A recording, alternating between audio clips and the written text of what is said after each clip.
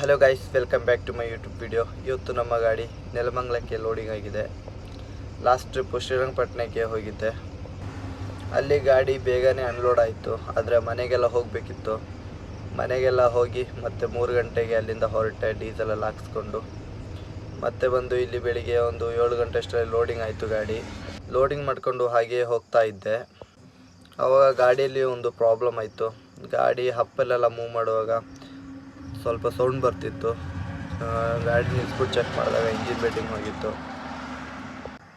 ಮತ್ತು ಮೆಕ್ಯಾನಿಕ್ಗೆ ಕಾಲ್ ಮಾಡಿದಾಗ ಅವರು ಬಂದ್ಬಿಟ್ಟು ಇಂಜಿನ್ ಬೆಡ್ಡಿಂಗ್ ಎಲ್ಲ ಬಿಚ್ಚಿದ್ರು. ಫ್ರಂಟ್ದು 2 ಕೂಡ ಹೋಗಿತ್ತು. ಆಮೇಲೆ ಹೊಸದು ತಂದ್ಬಿಟ್ಟು 2 ಕೂಡ ಚೇಂಜ್ ಮಾಡಿಬಿಟ್ಟು ಹಾಗೆ ಅಲ್ಲಿಂದ ಹೊರಟೆ. ಆಮೇಲೆ ಘಾಟಲ್ಲಿ ಒಂದು ಗಾಡಿ ತುಂಬ ಬ್ರೇಕ್ ಯೂಸ್ ಮಾಡಿ ಇಳಿಸ್ಬಿಟ್ಟು ಟೈರಲ್ಲೆಲ್ಲ ಹೊಗೆ ಬರ್ತಿತ್ತು.